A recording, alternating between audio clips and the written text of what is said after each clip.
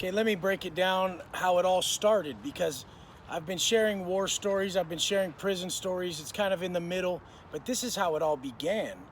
I'm from Oceanside, California, born and raised San Diegan. I was a surfer, skater, snowboarder. I just like smoking weed. I started smoking weed at like 13 or 12. By the time I was 14 or 15, I was like, fuck this, I need to get this shit for free. So obviously, the natural progression was to start slanging. So then I get myself like a quarter ounce. I still remember it till this day. I had a little like clear box with each gram in it. I thought I was doing big things. I bought it for like 70 bucks. I was gonna make 140 off it. Back then a gram of fucking chronic was like 20 bucks.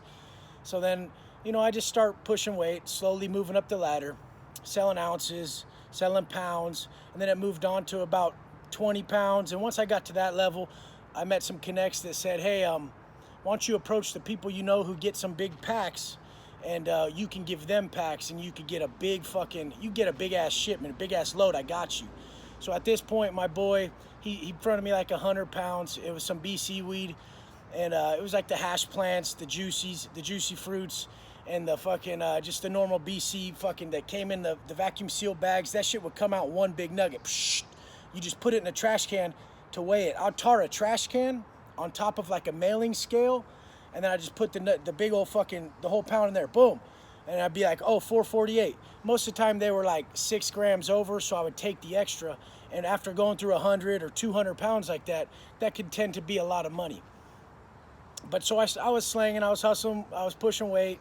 And first thing I bought was like a Chevy Z71 Silverado, my first truck. I had a PlayStation in it, TVs, the whole nine. I spent about $50,000 on it. And then I had it for like 6 months, and I was like, fuck this, and I went and bought the Escalade. I thought I was real cool at this time. I was validating myself with my possessions. I grew up lower middle class. We always had problems with bills. We were never super poor or nothing, but we just had problems making it every month.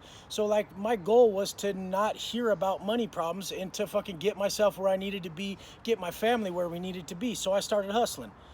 At this point, I'm making about 20 grand, 40 grand a week, blowing it like an idiot, like a fucking kid who just got some money, very low financial maturity. And I go get an Escalade, I put some rims on it. Now I think I'm really doing it, because at that time, that's what all the rappers had and all the big dogs had. But this lasted for a while. I would live with my girlfriend in Encinitas, and we would, I'd pick up some big ass shipments and then middleman them. I'd also middleman AZ pounds from out of state, and then I would middleman the ODs coming from Northern Cal.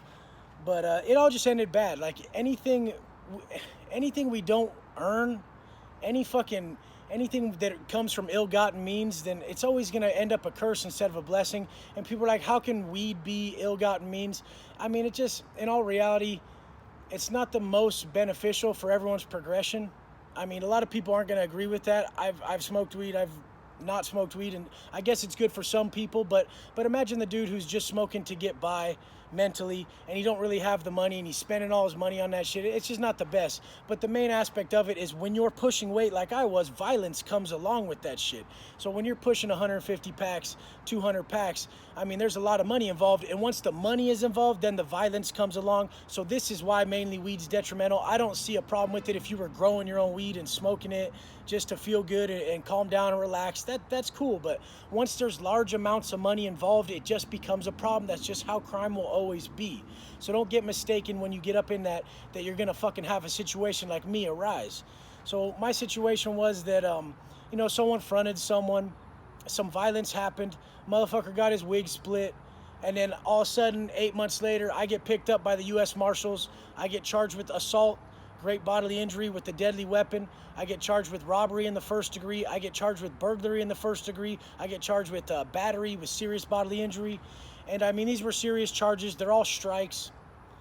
This was when I started, this was at the end of everything, but all through that time, I was living like a dipshit. I was popping bottles, I was drinking, I was hooking up with women, I was doing all the shit that I'm against today. And the only reason I'm against it today is because I really looked inside and I saw about how it made me feel, and I know there was negativity attached to all that because of the regret that ensued after these acts. So I go hook up with a random chick, and obviously I feel like shit after. And why would I feel like shit? Because she probably had more feelings for me than I did for her. And when we start fucking with people's hearts, this is when we build up karmic debt. And then it also goes along with when you're pushing up on people to pay you, and they really don't have the money, shit like that. You're building up karmic debt by just putting out that negativity in the universe. And this is always going to come from ill-gotten means, or just acting in the wrong manner, acting out of our conscience, acting out of the golden rule. Because in all reality, these are two different situations. But going and hooking up with people, like, flip that around. Like, what if you really fell for that chick and she was just using you? I mean, that's why I don't do that no more, because I feel like if I ever want real love, I have to fucking treat the sanctity of love with respect and not build up karmic debt in that area. These are just ways that I feel now, and I totally believe in the laws of the universe to the fullest because I've seen them happen so much. But along back to the slanging, I mean, we were pushing weight. We'd go snowboarding. We had dope-ass pads. One of my pads was like 1.6 mil. I had a fucking barbecue, a pool with a kegerator. I had a game room, stand-up video, fucking arcade games. People would be at my house. I wouldn't even know who they were. And it was like a 5,000 square foot home in Encinitas. And I would just come down like with like no shirt on, like my pants like fucking falling off. Like I was just a mess. Like I just wasn't put together. I was doing shit I shouldn't, drugs I shouldn't, drinking too much, and just throwing away my potential, chasing pleasure 24/7, which always, there is no end to that. When we perpetual pleasure chase, we totally take away the power of the moment. So since I got my money through ill-gotten means, I could be at the nicest place and not even enjoy it. But now, since I went and sat down for a while, since I really look inside and I look for the deeper meaning and shit, I withdraw from pleasure a lot, so that when I go do these things, it has much more power, has a more profound effect, and it just feels greater. And I know I'm kind of, I'm kind of the person who will take everything to the extreme, so I have to limit myself. So the hustling turned into the crime turned into the large amount of prison time, and that's how a normal weed smoking, drinking, San Diego kid who's a skater, surfer, snowboarder can end up in the pen for 10 years. If you think it can't happen to you, you're greatly mistaken, because I know all of you guys have been at a bar and a motherfucker's talking shit, or he grabs your chick's ass and you blast that fool. I know you have.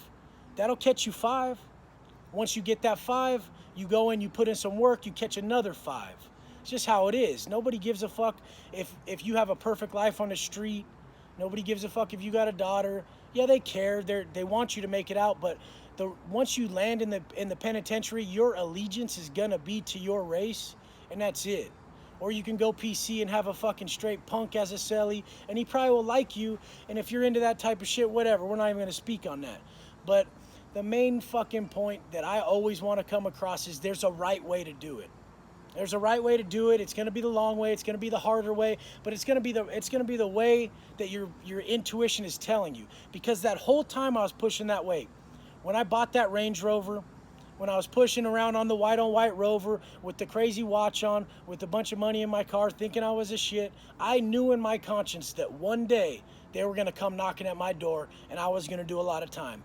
I almost just already was living in a manner that was self-destructive because I knew it would end. So basically, when we make money our God, it will plague us like the devil.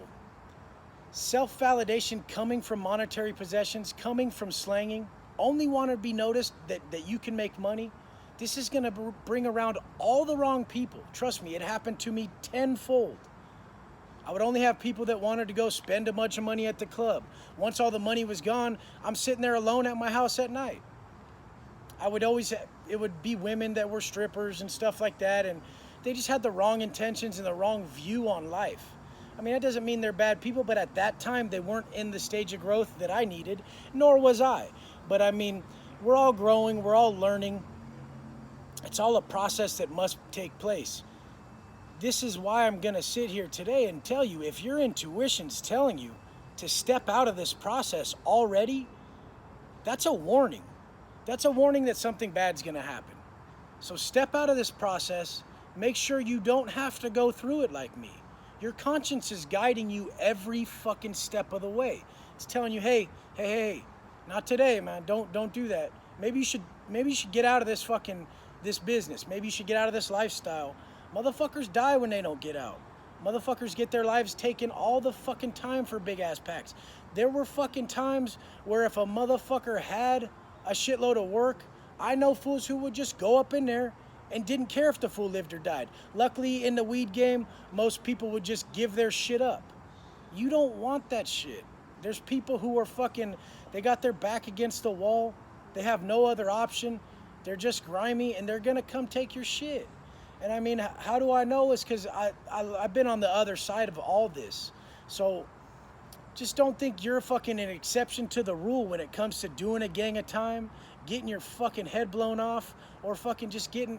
I know a motherfucker who got tied up over like 5 pounds. They tied his ass up and they filleted all his tattoos off while he was tied to a chair over fucking 5 pounds.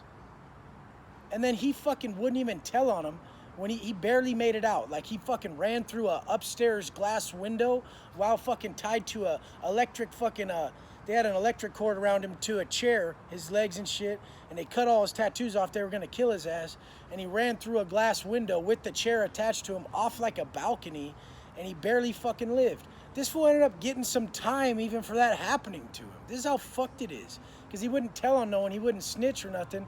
And these other cats ended up getting busted, getting mad time, mayhem charges and all that shit. But I mean, don't watch these movies and not pay attention to the fucking ending, you guys. That ending is really real.